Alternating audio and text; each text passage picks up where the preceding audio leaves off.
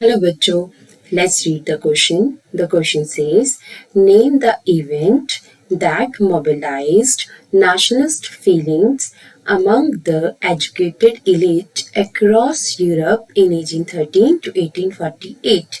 Question में हमसे कहा जा रहा है आपको एक ऐसे इवेंट के बारे में बताना है जिसने कि नेशनलिस्ट जो फीलिंग्स हैं वो लोगों के अंदर स्पेशली जो एजुकेटेड एलिट जो क्लास थी एजुकेटेड जो हमारे पास रिच क्लास थी वहां पर कौन सा इवेंट है जिसने कि नेशनलिस्ट फीलिंग को सेपरेट किया था और ये कौन से टाइम के बारे में पूछा जा रहा है यूरोप में 1830 से 1848 के बीच में।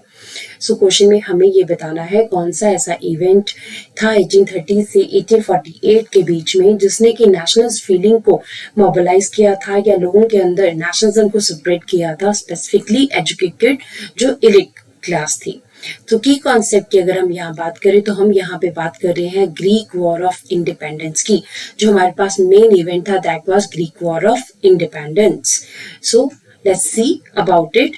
Answer says Greece was a part of Ottoman Empire since 15th century. अब ग्रीस एक ऐसी कंट्री थी जो ऑटोमन एम्पायर का पार्ट था 15th century से।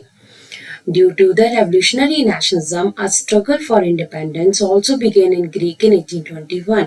अब नेशनलिज्म जब स्प्रेड हुआ, रेवोल्यूशनरी नेशनलिज्म जब स्प्रेड हुआ यूरोप में तो उसका असर ग्रीस के ऊपर भी पड़ा और ग्रीस में भी यूरोप में ग्रीस जो है यहाँ पर भी Greek war of independence start हुई 1821 में। So finally with the treaty of Constantinople in 1832 Greece जो है एक इंडिपेंडेंट नेशन के रूप में हमारे पास सामने आया।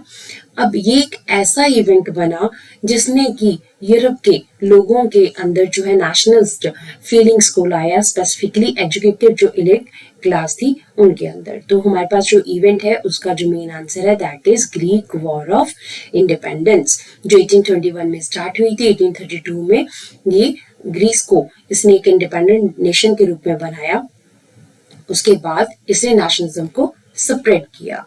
Hope so you understood the question as well as the answer. Thank you.